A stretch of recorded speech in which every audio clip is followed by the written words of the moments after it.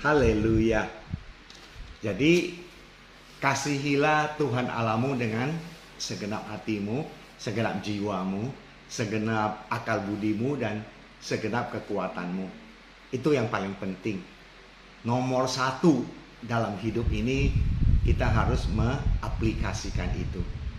Ya, love the Lord your God with all your heart, with all your soul, with all your mind, and with all your strength. Ini adalah persembahan yang hidup, yang kudus, dan menyenangkan hati Tuhan. Makanya Opa katakan nomor satu dalam kita punya lifestyle by the Holy Spirit. Jadi Holy Spirit bekerja nyata, berkarya dengan semaksimal mungkin untuk kita mengaplikasikan yang di Markus 12 ayat 30 ini. Ya, karena kalau di perjanjian lama kan kita tahu, yaitu korban bakaran dan korban dosa yang mereka persembahkan di sinagag, ya, rumah ibadah orang Yahudi, ya. Tapi untuk perjanjian baru, ya kita harus mengaplikasikan yang di Romans 12 ayat 1 ini. Ya. Jadi benar-benar itu adalah spiritual act of worship. Jadi kita sendiri yang sudah merupakan keintiman yang sangat khusus kepada Allah Bapa, Allah Putra, dan Allah Roh Kudus. Kalau kita juga menyajikan Romans 12 ayat 1 ini, kita pasti menerima, ya, hal-hal yang spektakuler. Bahkan di luar kita punya daya pikir yang semestinya. Hal-hal yang luar biasa terjadi. Perlindungannya, ya, Tuhan Yesus akan memerintahkan berkat-berkat, baik perlindungan maupun mujizat maupun secara fisik, ya, berkat-berkat materi, secara rohani, ya, yaitu kebahagiaan, kesehatan, ya, demikian rupa Dia akan memerintahkan ke kita untuk di negeri yang kita diami. Luar biasa kan hal demikian, ya.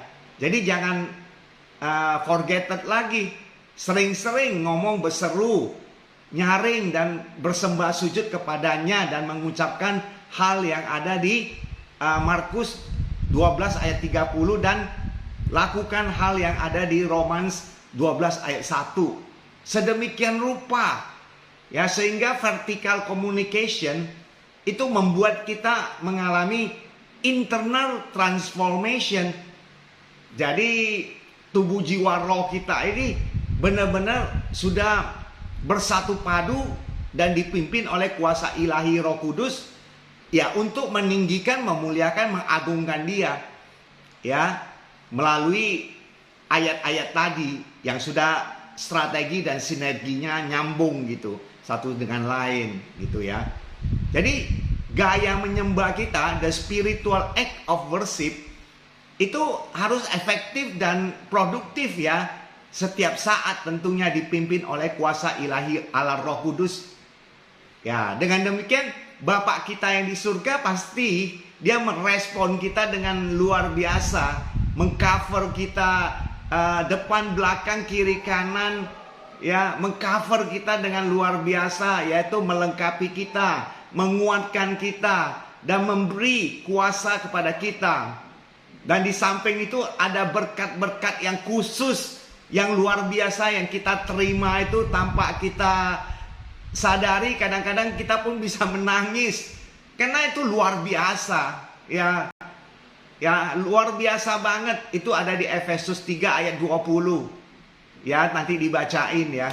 Nah, di samping itu kita udah menerima hal-hal yang demikian extraordinary of our life. Itu disebut living extraordinary of our life. Hidup dengan kehidupan yang luar biasa in Jesus Christ. Ya, tidak ragu lagi. Kita benar-benar submit, fully submit unto Him. Ya, sepenuhnya kita itu berserah kepada Allah Bapa kita, Allah Putra kita, dan Allah Roh Kudus kita. Ya, dan dipimpin olehnya pada akhir zaman ini. Ya, kita dipimpin oleh kuasa ilahi Allah Roh Kudus. Dia berkarya dan bekerja sedemikian rupa di mana saja kita berada, di sana eksistensi Holy Spirit pun hidup, ya. Dan selalu, ya, saya katakan Holy Spirit itu dia datang ke muka bumi ini, artinya dia itu memuliakan, meninggikan Allah Bapa dan Yesus Kristus Tuhan. Nah, di sini saya baca ayat yang lain lagi ya, yang sangat mendukung dan menguatkan kita dan mengkomplitkan di ayat yang sebelumnya ya, baik yang di session 1 maupun yang barusan Opa ucapkan. Ini ada 2 ayat yang luar biasa ya. Itu ada di Yohanes 15 ayat 4 dan 7. Ya, Opa bacain ya. Bunyinya demikian. Tinggallah di dalam aku, yaitu Yesus Tuhan, dan aku di dalam kamu. Ya, sama seperti ranting tidak dapat berbuah dari dirinya sendiri. Persis benar. Ya, kita itu tidak bisa berbuah lebat. Tidak bisa berakar dalam Kristus Yesus Tuhan.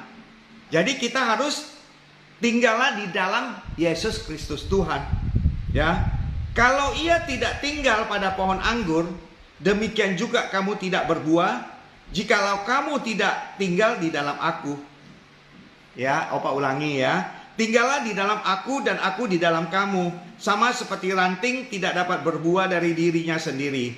Kalau ia tidak tinggal pada pohon anggur, demikian juga kamu tidak berbuah, jikalau kamu tidak tinggal di dalam aku. Jadi kita ibaratnya ranting. Ranting yang melekat ke pohon anggur. Ranting itu makin membesar, pohon anggurnya pun makin membesar, dan kita bisa rooting up and fruity, berbuah lebat, dan itu berguna bagi dampak yang luas bagi orang banyak. Nah, itulah saudara-saudari seiman itu harus memahami ini. Nah, bagaimana ayat yang ke-7? Jikalau kamu tinggal di dalam aku dan firmanku tinggal di dalam kamu, mintalah apa saja yang kamu kehendaki dan kamu akan menerimanya. Luar biasa. Demikian bunyinya ya, kalau kita tinggal di dalam Yesus Kristus Tuhan dan firman-Nya juga tinggal di dalam kita, dan kita sebagai pelaku firman-Nya yang efektif dan produktif, dia katakan di sini, mintalah apa saja kamu kehendaki dan kamu akan menerimanya. Sudah tentu yang positif lah ya. Demikian dia punya firman kan sangat membuat kita teguh, kuat, dan bertanggung jawab. Ya, dan mempunyai tugas untuk mengabarkan Injil keselamatan Kristus kemana-mana. Ya, itu tugas utama kita adalah meng-highlighted dan meng-reverberated the gospel of Christ. Ya, jadi siapa lagi kalau bukan kita? Ya, kita nggak usah terlalu bagaimana. Ya, ke keluarga kita juga jadilah, ke teman-teman juga jadilah. Yang penting firman Allah yang hidup itu benar-benar sudah membuat kita itu bersemangat terus ya untuk mengemukakan ya firman-Nya di mana saja kita berada. Ya, di tempat itu kita boleh mengabarkan Injil keselamatan Kristus. Nah, kalau yang tadi 2 ayat tadi ya, itu di Yohanes 15 ayat 4 dan 7, perhatikan dengan baik-baik ya. Kemudian di Efesus 3 ayat 20, itu hal-hal yang sangat supernatural ya, di luar pikiran kita. Ya, Tuhan Yesus selalu menyertai kita. Dia sekali-sekali tidak akan membiarkan kita, dan sekali-sekali tidak akan meninggalkan kita. Nah, kita sudah demikian, kita sangat optimis ya, bahwasanya Yesus Kristus Tuhan janjinya ya dan amin. Nah, itu ada di 1 Yohanes 3 ayat 22, 23, 24. Kembali Opa bacain ya, bunyi firman-Nya sebagai berikut. Dan apa saja yang kita minta ya, Kita memperolehnya daripada Yesus Kristus Tuhan. Karena kita menuruti segala perintahnya dan berbuat apa yang berkenan kepadanya. Kita menuruti perintahnya ya, perintah firman-Nya yang berkuasa berdaulat. Sedemikian rupa kita menuruti perintahnya, kita sebagai pelaku firman dan berbuat apa yang berkenan kepadanya. Luar biasa kan? Nah, ayat 23. Dan inilah perintahnya itu, supaya kita percaya akan nama Yesus Kristus anaknya, dan supaya kita saling mengasihi sesuai dengan perintah yang diberikan Kristus kepada kita. Dan supaya kita saling mengasihi ya, sesuai dengan perintah yang diberikan Kristus Yesus kepada kita. Jadi Opa ya, terhadap semuanya keluarga besar Opa, dan saudari seiman saya, ya saya harus mengasihi. Itu perintah ya yang diberikan Yesus Kristus kepada kita semua. Saling mengasihi di antara saudara seiman dari kerajaan surgawi yang imamat rajani. Itu sangat luar biasa. Horizontal, amazing love. Itu yang luar biasa. Nah, 24, barang siapa menuruti segala perintahnya, ia diam di dalam Allah dan Allah di dalam dia. Dan demikianlah kita ketahui bahwa Allah ada di dalam kita, yaitu Roh yang telah ia karuniakan kepada kita. Allah itu ada hidup di dalam kita melalui Roh Kudus yang ia karuniakan kepada kita. Haleluya. Luar biasa ya. Jadi dengan semangat, dengan optimis dan positif, kita tetap bergaul intim dengan Tuhan Yesus melalui firman-Nya. Haleluya and amin.